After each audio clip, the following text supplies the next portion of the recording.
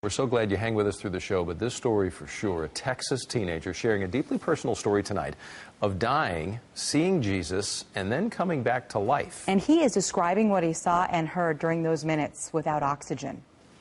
CBS 11's Ken Molestina with an exclusive tonight. Zach Clements is a strong teenager. He's a high school football player at Victory Life Academy in Brownwood, Texas, and obviously he's got a sense of humor. By all measures, he's a healthy young man, which is why it's still a shock I was running and I had collapsed. that he dropped to the ground during PE class last week. Not sure why. It was a sudden cardiac arrest, according to his doctors. His mother was immediately called and even beat the ambulance to the emergency room. When they opened the ambulance door, he was blue, and they were on top of him doing chest compressions. Technically and medically, he was dead. And they said that I was without a heartbeat for 20 minutes. And just as hospital staff were ready to make it official, they got a pulse.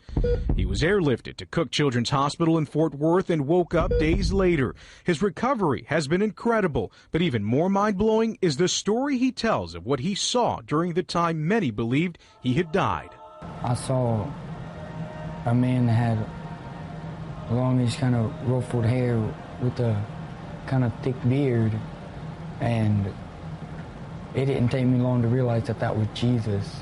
He's describing what his family is convinced was a near-death miracle. I went up to him and he put his hand on my shoulder and told me that everything would be all right and not to worry. I was just calm and just at peace.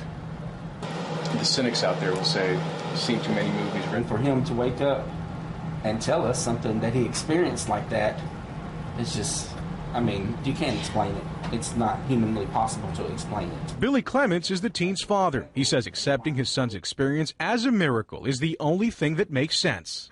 And that's what we're standing on. That was a rhema word from God that we got, and we're going to hold on to that. Do you think this is something that might strengthen your faith?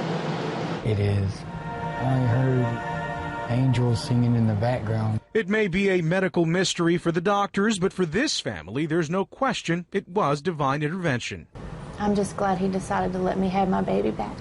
In Fort Worth, Ken Molestina, CBS 11 News. 20 minutes, wrap your head around that. It's so tough to wrap your head around. Wow.